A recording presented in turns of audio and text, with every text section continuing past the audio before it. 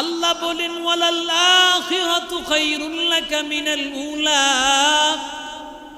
নবী আপনাকে আমি আল্লাহ তাআলা দুনিয়াতে যা দিয়েছি আখিরাতে আরো সম্মান বাড়াইয়া দিব। ও নবী, আমি আল্লাহ তাআলা আপনাকে এত দামি বানাইব। নবী, আপনি জান্নাতে না ঢোকার আগে কাউকে আমি আল্লাহ তাআলা জান্নাতে ঢোকার পারমিশন দিব না। আপনার আগে আমি নবী আমলের পাল্লাটা ওজন করব না আপনার নির্দেশের আগে। ও নবী, আমি আল্লাহ আপনাকে হাউজে কাউসার দিয়েছি। এত এত সম্মান আমি আল্লাহ দুনিয়াতেও তো দিয়েছি, আখেরাতের যেই সম্মান দিব ওই সম্মানেই দুনিয়ার সম্মানের চাইতে আরো অনেক বেশি। আরো আসতে বলেন ওয়ালাল আখিরাতু খায়রুল লাকা মিনাল উলা। দুনিয়ার চাইতে আখিরাত উত্তম না অনুত্তম?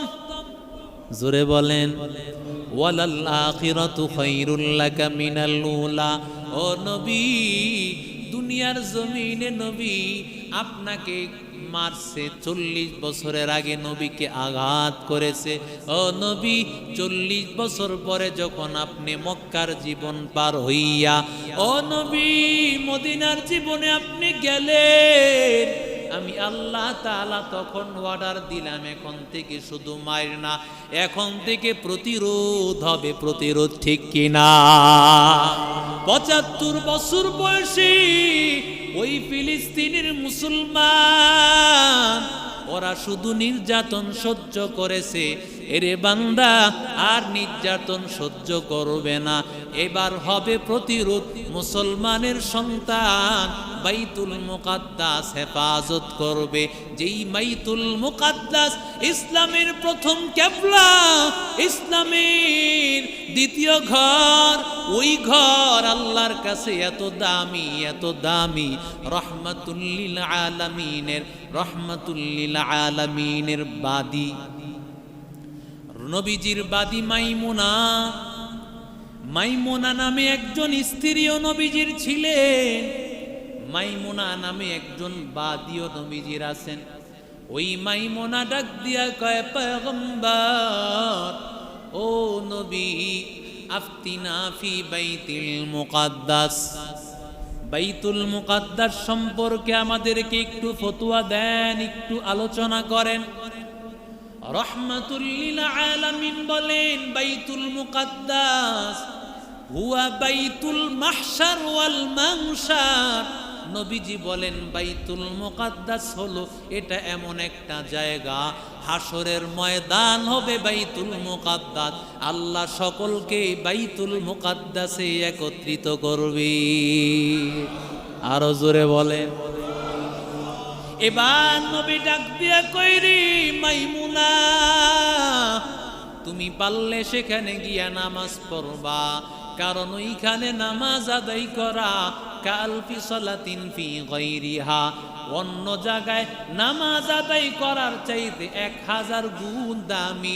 এরে বান্দা, 1000 গুণ দামি যেই বাইতুল মুকাদ্দাসে নামাজ আদায় করা, ওই বাইতুল মুকাদ্দাস বুঝি মুসলমানরা ছেড়ে দিবে? কথা বলেন। যেখানে পড়লে 1000 সওয়াব পাওয়া যায় অন্য মসজিদের চাইতে, এই বাইতুল মুকাদ্দাস মুসলমান ছাড়বে? জোরে বলেন। কেন আমরা বলি বাইতুল মুকাদ্দাসে সাহায্য পাঠাবেন? এবার নবী কি বলতেছেন? মাইমুনা ডাক দিয়া কয়, নবী, আমার বড় মনে চায় আমি বাইতুল মুকাদ্দাসে যাব, কিন্তু আমার তো সামর্থ্য নাই। কিভাবে যাব গো নবী? আল্লাহর নবী ডাক দিয়া কইরি, মাইমুনা, যদি না যাইতে পারো অন্তত যাইতুনের একটু তেল বাইতুল মুকাদ্দাস পাঠাইয়া দাও। সুবহানাল্লাহ বল। বাইতুল মুকাদ্দাস একটু তেল পাঠাইয়া দাও। ও নবী, যাইতুন তেল পাঠাইলে কি হবে? নবী ডাক দিয়া কয়, জাইতুন তেল দিয়া তারা বাতি জ্বালাবে, বাতি ধরাবে। এরে আল্লাহর বান্দারা, বাতি ধরাইলে কি হবে নবী? এবার নবী ডাক দিয়া কয়, তুমি বাইতুল মুকাদ্দাসে যাইতে পারো নাই, বাইতুল মুকাদ্দাসে সহযোগিতা করতে পারো নাই, ফিলিস্তিনের মাজলুম মুসলমানকে সাহায্য করার মতো তুমি ফিলিস্তিনে যেতে পারো নাই। অন্তত যদি বান্দা তুমি একটু সহযোগিতা পাঠাইয়া দাও, সেখানে গিয়া নামাজ পড়লে, যুদ্ধ করলে যেই সওয়াব, সেই সওয়াব আমল নামাই দিবে। নবী আপনাকে এত সুন্দর চেহারা দিয়েছি, যেই চেহারা আমি আল্লাহ কাউকে দেই নাই, এত সুন্দর চেহারা আমি আল্লাহর কাউকে দেই নাই। রাহমাতুল লিল আলামিন দুনিয়াতে আগমন করার পরে আমার মায়ার নবী চেহারা মোবারক যখন হালিমাতুস সাদিয়া দেখেছে, সাদিয়া বংশের হালিমা, হালিমা যখন এই মুহাম্মাদুর রাসূলুল্লাহর চেহারা দেখছে, মুহাম্মাদের চেহারা দেখিয়া কই, মুহাম্মদ, এত সুন্দর চেহারার মুহাম্মদ, আমাদের এই সাদিয়া গোত্রের মধ্যে কত সন্তানরা এখানে দুধ পান করানোর জন্য আনা হয়। আল্লাহর কসম, মুহাম্মদের মতো এত সুন্দর চেহারা আমি আর কোনো বাচ্চার দেখি না। মা আমেনা ডাক দিয়া কই, রে হালিমা, তুই কিভাবে আমার সন্তান মুহাম্মদের মতো এমন চেহারা দেখবি? আমি মক্কার মধ্যে কত আমি নারী হইয়া কত বাচ্চারে দেখেছি। আল্লাহর কসম, ও হালিমা, আমি আমার মুহাম্মদের চেহারার মতো কোনো চেহারা আর দেখি না। এরে আল্লাহর বান্দা, আব্দুল মুত্তালিব ডাক দিয়া কয়, ও আমিনা, ও হালিমা, কি চেহারা তোমরা জিন্দিগিতে আর দেখছো? আমি বাইতুল্লাহর, আমি একজন মুতাওয়াল্লি, বাইতুল্লাহর মুতাওয়াল্লি হওয়ার কারণে আমার কাছে বাচ্চাদেরকে ঝাড়ফুঁকের জন্য আনে, বাচ্চাদেরকে আমি ঝাড়ফুঁক দিয়ে দিই। কত গোত্রের, কত এলাকার আমার সামনে বাচ্চা, লক্ষ বাচ্চা আমার সামনে হাজির হয়েছে। আল্লাহর কসম, আব্দুল মুত্তালিব বলেন, আমার নাতি মুহাম্মদের মতো এত সুন্দর চেহারা আর কোনোদিন দেখি না। জিবরিল আমিন ডাক দিয়া বলে, রে আব্দুল মুত্তালিব, ও হালিমা, ও আমিনা, তোমরা আর কি বাচ্চা দেখেছো? তোমরা আর কত সন্তান দেখেছো? আমি তো আল্লাহর এমন একজন ফেরেশতা। আমি আদম নবীর কাছে গিয়েছি, আমি নূহ নবীর কাছে গিয়েছি, ইব্রাহিম নবীর কাছে গিয়েছি। এমন কোন ফেরেশতা নাই, এমন কোন মানুষ নাই যেই মানুষের কাছে, যেই নবীর কাছে, যেই ফেরেশতার কাছে, যেই জিন মানব দানব কিছুই দেখা আমি জিবরিল আমিনের দেখা বাকি নাই। আল্লাহর কসম, মুহাম্মদের মতো এত সুন্দর চেহারার মানুষ আমি এই দুই চোখ দিয়া আমি জিবরিল কোনোদিন দেখি না। ইমামুল আউয়ালিন আল আখিরিন বাহরে সাদকা রাহমাতাল লিল আলামিন সাইয়্যিদুল কাউনাইন খাতমুল মুরসালিন আখিরা মদবুদ ফখরুল আউয়ালিন শুদ্ধ ওয়াজুদাশ রাহমাতাল লিল আলামিন মসজিদে উ শুদ্ধ হামারু ইয়ে জমিন। আল্লাহ ডাক দিয়ে বলেন, ও জিবরিল, ও হালিমা, ও আমিনা, তোমরা আর কি কি সন্তান দেখেছো? আমি আল্লাহ তাআলা এমন কোন মানুষটা আছে যেই মানুষটাকে আমি আল্লাহ বানাই নাই?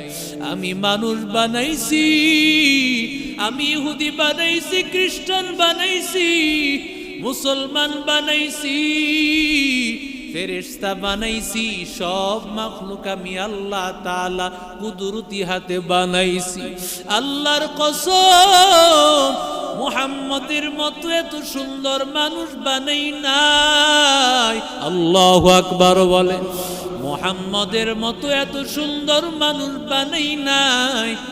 এত সুন্দর মানুষ বানাইলে না দেখবা এত সুন্দর মানুষ তো আমি আর কাউকে আমি দেই না। ওয়াদুহা, নবীজির চেহারার কসম, ওয়াল্লাইলি ইযা সাজা মা ওয়াদ্দাআকা রাব্বুকা ওয়া মা ক্বালা। আল্লাহ তাআলা ডাক দিয়া বলেন, ও নবী, আমি আল্লাহ তাআলা আপনাকে মায়ের গর্ভের মধ্যে এত সুন্দরভাবে লালন পালন করলাম। আমি আল্লাহ তাআলা মায়ের গর্ভের মধ্যে এত অত্যাধুনিকভাবে, যত সুন্দরভাবে লালন পালন করা দরকার এর চাইতে আরো দামি ভাবে পৃথিবীর এমন কোনো মা নাই আপনার মতো মায়ের মতো এত দামি হবে। ও নবী, আপনাকে এত দামি ভাবে আমি আল্লাহ বানাইছি। দুনিয়াতে আগমন করার পরে আপনার কত সম্মান, আপনার কত ইজ্জত। ওগো পয়গম্বর, আপনার ইজ্জত আর সম্মান আমি আল্লাহ কেমন ভাবে বাড়াইয়া দিয়েছি। দুনিয়ায় আগমন করার পর ও নবী, আপনি যেদিকেই তাকান সেদিকেই বরকত। আপনি বসে থাকেন বরকত, আপনি হাঁটতে থাকেন বরকত, আপনি ঘুমাইয়া থাকেন বরকত। ও নবী, 40টা বছর পর্যন্ত সবাই আপনাকে আল আমিন বলল। কেউ তো আপনাকে মিথ্যাবাদীর একটা কালিমা একটা সেকেন্ডের জন্য আপনার জীবনে লেপন করতে পারে নাই। 40 বছরে আমি আল্লাহ আপনাকে এত দামি রাখলাম, আপনার চরিত্রের মধ্যে কালিমা লেপন করতে পারে নাই। 40 বছর পরে আমি আল্লাহ আপনাকে সারিয়া দিব নাকি? না না নবী, মা ওয়াদ্দাআকা রাব্বুকা ওয়া মা ক্বালা। নবী, আল্লাহ আপনাকে সারেন নাই, বলেন নাই। জোরে কোন সুবহানাল্লাহ। কেমনে সারবো আপনাকে? 40 বছরের আগে নবী আপনাকে সবাই আল আমিন বলতো। একটা কাফেরের জবানেও নবীকে মিথ্যাবাদী বলতে পারছে কেউ? জোরে বলেন। কেউ মিথ্যাবাদী বলতে পারে নাই। নবীকে সব মানুষ আল আমিন, সাদিকুল আমিন, সাদিকুল মাসদুক, এই সবাই এই উপাধিগুলো তো কাফেররা নবীকে দিয়েছে। যেই নবীর পুরা 40টা বছরের জীবনে কোনো কালিমা নাই, সেই 40 বছর পরে কাফেররা বলতেছে, নবী আমি আপনাকে ছেড়ে দিলাম। এটা কি হয় যে 40 বছর আপনাকে এত আপন করে রাখলাম, 40 বছর পরে আপনাকে ভুলা যাব? সুবহানাল্লাহ। বলে আপনাকে কেন ভুলে যাব নবী? আপনার উপর আমি আল্লাহ কোরআন দিয়েছি, এত দামি কালাম, যেই কালাম আমি আল্লাহ তাআলা, এত দামি কালাম আমি আল্লাহ মুসা নবীকেও দেই নাই, আমি আল্লাহ ঈসা পয়গম্বরকেও দেই নাই, আমি আল্লাহ দাউদ নবীকেও দেই নাই। ১.৫ লক্ষ নবী, তার চাইতেও বেশি আমি আল্লাহ এত নবী পাঠাইলাম। কাউকে আমি আল্লাহ এত দামি কিতাব দেই নাই। এত দামি কিতাব নবী আমি আপনাকে দিয়া আর আমি আল্লাহ আপনাকে সারিয়া দিব, এই কল্পনা আপনি কিভাবে নবী করতে পারলেন? সুবহানাল্লাহ। কল্পনাটা কিভাবে আসলো আপনার যে আমি আপনাকে ছেড়ে দিব? হতেই পারে না। আপনার উপর দায়িত্ব হলো কোরআনকে পৌঁছায়া দেওয়া। কোরআন পৌঁছায়া দেওয়ার মতো দায়িত্ব যখন আপনাকে দিয়েছি, সেই নবীকে আমি ভুলে যাব? হতে পারে না। কথা বলেন ঠিক না? মা ওয়াদ্দাআকা রাব্বুকা ওয়া মা ক্বালা ওয়ালাল আখিরাতু খায়রুল লাকা মিনাল উলা।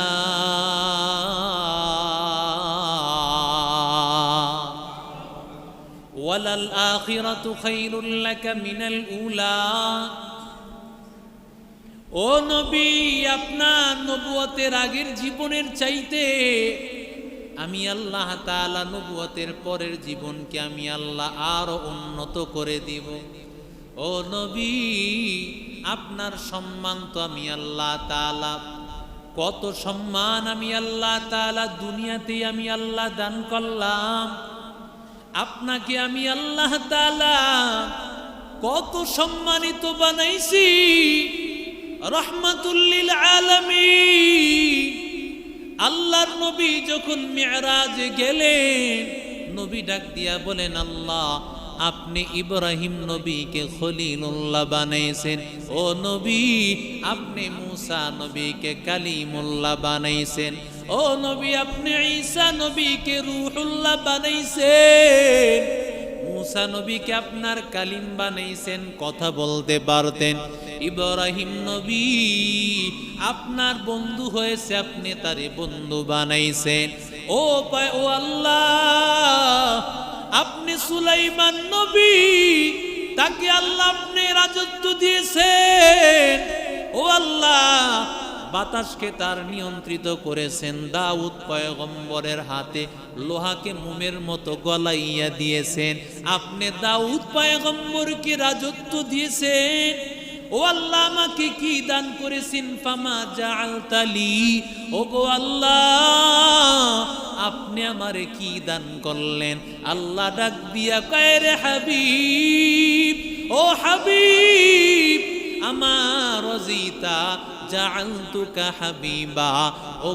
ওগো পয়গম্বর, আপনি কি এটা রাজি হবেন না? আমি আল্লাহ মুসাকে কালিমুল্লাহ বানাইছি, ঈসাকে রূহুল্লাহ বানাইছি, ইব্রাহিমকে খলিলুল্লাহ বানাইছি, তবে আমি নবী আপনাকে হাবিবুল্লাহ বানাইছি। হাবিবুল্লাহ মানে এমন বন্ধু নবী, যেই বন্ধুর জন্য স্বয়ং আমার আল্লাহ পাগল। আমার আল্লাহ তাআলা আমার আল্লাহ আমার নবীর জন্য স্বয়ং পাগল থাকতেন। এরে আল্লাহর বান্দা ইব্রাহিম খলিলুল্লাহ আল্লাহর জন্য পাগল, তিনিও আল্লাহর বন্ধু। আর আমার নবী আল্লাহর বন্ধু। কেমন বন্ধু? যেই বন্ধু আল্লাহর জন্য পাগল না, বরং স্বয়ং আমার আল্লাহ নবীর জন্য পাগল। কি কষ্ট হচ্ছে আপনাদের? আরো জোরে বলে। এরে আল্লাহর বান্দা, আল্লাহ বলেন, ওয়ালাল আখিরাতু খায়রুল লাকা মিনাল উলা। নবী, আপনাকে আমি আল্লাহ তাআলা দুনিয়াতে যা দিয়েছি, আখিরাতে আরো সম্মান বাড়াইয়া দিব। ও নবী, আমি আল্লাহ তাআলা আপনাকে এত দামি বানাইব। নবী, আপনি জান্নাতে না ঢোকার আগে কাউকে আমি আল্লাহ তাআলা জান্নাতে ঢোকার পারমিশন দিব না। আপনার আগে আমি নবী আমলের পাল্লাটা ওজন করব আপনার নির্দেশের আগে। ও নবী, আমি আল্লাহ আপনাকে হাউজে কাউসার দিয়েছি। এত এত সম্মান আমি আল্লাহ দুনিয়াতেও তো দিয়েছি, আখেরাতের যেই সম্মান দিব, ওই সম্মানে দুনিয়ার সম্মানের চাইতে আরো অনেক বেশি। আরো আসতে বলেন, ওয়ালাল আখিরাতু খায়রুল লাকা মিনাল উলা। দুনিয়ার চাইতে আখিরাত উত্তম না অনুত্তম? জোরে বলেন, ওয়ালাল আখিরাতু খায়রুল লাকা মিনাল উলা। ও নবী, দুনিয়ার জমিনে নবী আপনাকে মারছে, 40 বছরের আগে নবীকে আঘাত করেছে। ও নবী, 40 বছর পরে যখন আপনি মক্কার জীবন পার হইয়া ও নবী মদিনার জীবনে আপনি গেলেন, আমি আল্লাহ তাআলা তখন অর্ডার দিলাম, এখন থেকে শুধু মায়ের না, এখন থেকে প্রতিরোধ হবে। প্রতিরোধ ঠিক কিনা? ৭৫ বছর বয়সী ওই ফিলিস্তিনের মুসলমান, ওরা শুধু নির্যাতন সহ্য করেছে। এরে বান্দা, আর নির্যাতন সহ্য করবে না, এবার হবে প্রতিরোধ। মুসলমানের সন্তান বাইতুল মুকাদ্দাস হেফাজত করবে। যেই বাইতুল মুকাদ্দাস ইসলামের প্রথম কিবলা, ইসলামের দ্বিতীয় ঘর, ওই ঘর আল্লাহর কাছে এত দামি, এত দামি। রহমাতুল লিল আলামিনের, রহমাতুল লিল আলামিনের বাদী, নবীজির বাদী মাইমুনা। মাইমুনা নামে একজন স্ত্রীও নবীজির ছিলেন, মাইমুনা নামে একজন বাদীও নবীজির আছেন। ওই মাইমুনা ডাক দিয়া কয়, পয়গম্বর, ও নবী, আফতিনা ফি বাইতুল মুকাদ্দাস, বাইতুল মুকাদ্দাস সম্পর্কে আমাদেরকে একটু ফতোয়া দেন, একটু আলোচনা করেন। রহমাতুল লিল আলামিন বলেন, বাইতুল মুকাদ্দাস হুয়া বাইতুল মাহশার ওয়াল মানশার। নবীজি বলেন, বাইতুল মুকাদ্দাস হলো এটা এমন একটা জায়গা, হাসরের ময়দান হবে বাইতুল মুকাদ্দাস। আল্লাহ সকলকে বাইতুল মুকাদ্দাসে একত্রিত করবে। আরো জোরে বলেন। এবার নবী ডাক দিয়া কইরি, মাইমুনা, তুমি পারলে সেখানে গিয়া নামাজ পড়বা, কারণ ওইখানে নামাজ আদায় করা কালফি সালাতিন ফি গায়রিহা, অন্য জায়গায় নামাজ আদায় করার চাইতে 1000 গুণ দামি। এরে বান্দা, 1000 গুণ দামি যেই বাইতুল মুকাদ্দাসে নামাজ আদায় করা, ওই বাইতুল মুকাদ্দাস বুঝি মুসলমানরা ছেড়ে দিবে? কথা বলেন। যেখানে পড়লে 1000 সওয়াব পাওয়া যায় অন্য মসজিদের চাইতে, এই বাইতুল মুকাদ্দাস মুসলমান ছাড়বে? জোরে বলেন। কেন আমরা বলি বাইতুল মুকাদ্দাসে সাহায্য পাঠাবেন? এবার নবী কি বলতেছেন?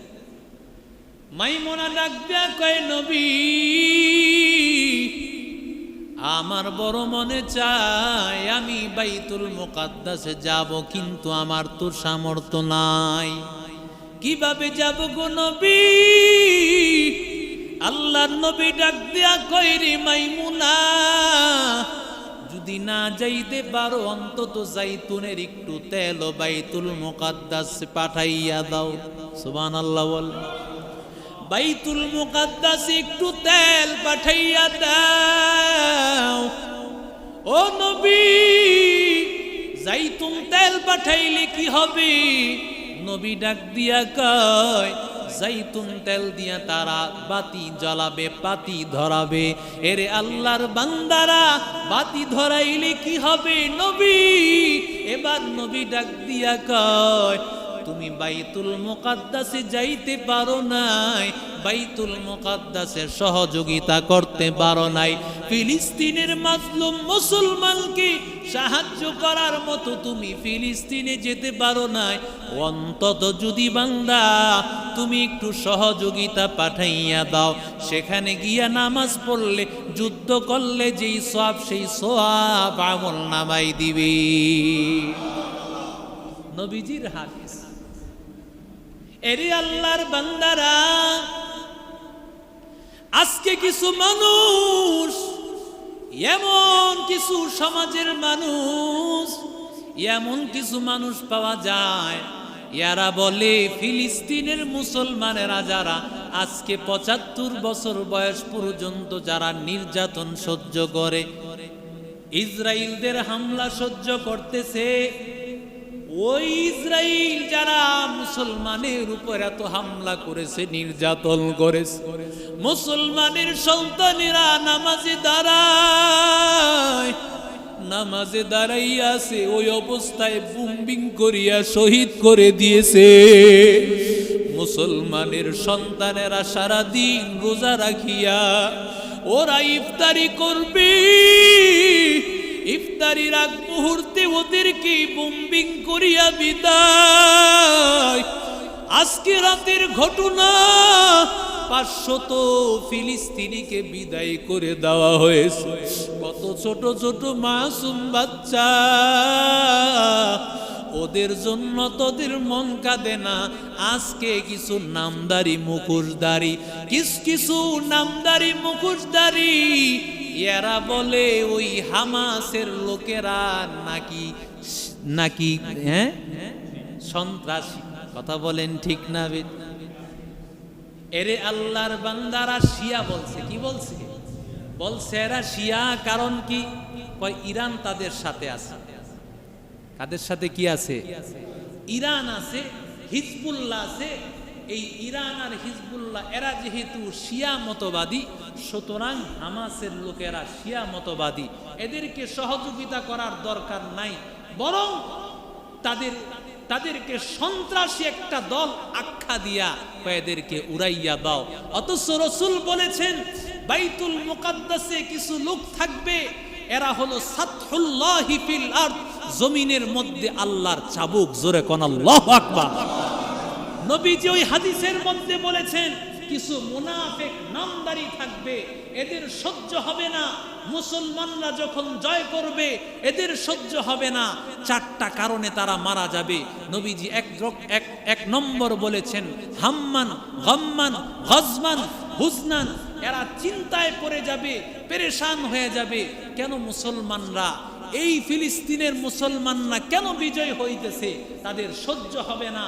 তারা চিন্তার টেনশন করবে, কেন রাগ হয়ে যাবে যে দুঃখ মুসলমানেরা কেন বিজয় হয়। আছে না নাই? আরে জোরে বলেন, আছে না নাই?